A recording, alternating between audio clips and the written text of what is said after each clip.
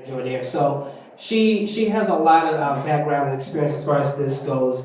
I always have to say that my skill as far as script writing goes was like right here. But when I got to advanced script writing, her class, it went to like right here. So I was like all the way up, so from here to there. So I learned a lot in her class, and I just want to say that get ready, get your pens out, get your pads out, get your however you're taking notes, because you would be taking a lot out of this session. So with no further ado, I want to bring to the stage Professor Nikisama.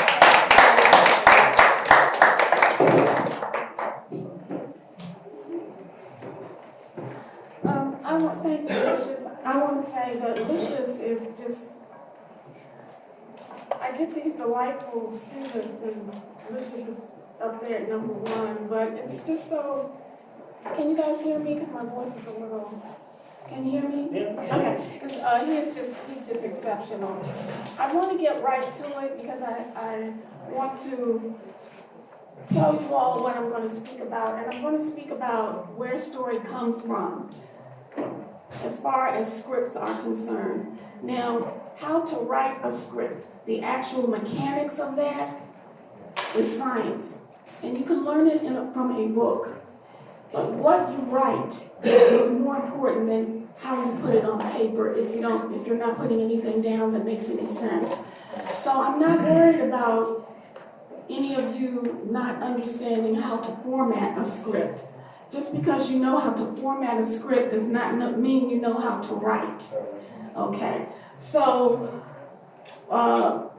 one of the most important things, or an important thing, have you ever heard people, or you guys may have said it, and I may have said it myself, you go to a movie and you look at it and you say, that's not real, that wouldn't really have happened. Now, it may not be real, but it also may be legitimate for film. Film is creativity mixed with the science. There is a structure. I'm supposed to show you someone's life or an event within a time frame. Life does not happen within a time frame. So that means that time frame is science. So anything that you or I have to do that has the root word M-A-N, manipulate, manual, means it has the hand of man. So a script has the hand of man on it.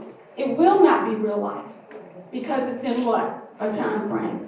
You understand? So a lot of times when you have a real life story, and maybe you have a member of the family who somebody else wrote about, they didn't do that. Jackie had 5 sisters, not 4. She had on a blue coat, not a red coat.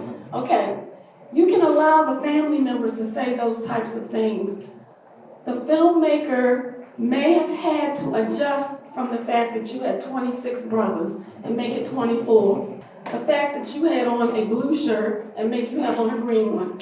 And I'll allow the family, the people it really happened to.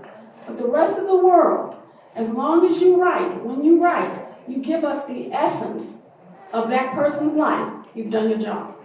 So if I see a movie about Martin Luther King, there's no way I can see everything he did. That's why they pinpoint one thing. But if I walk out having the essence of that man, that movie did its job. Now the family members can bicker because they really live that.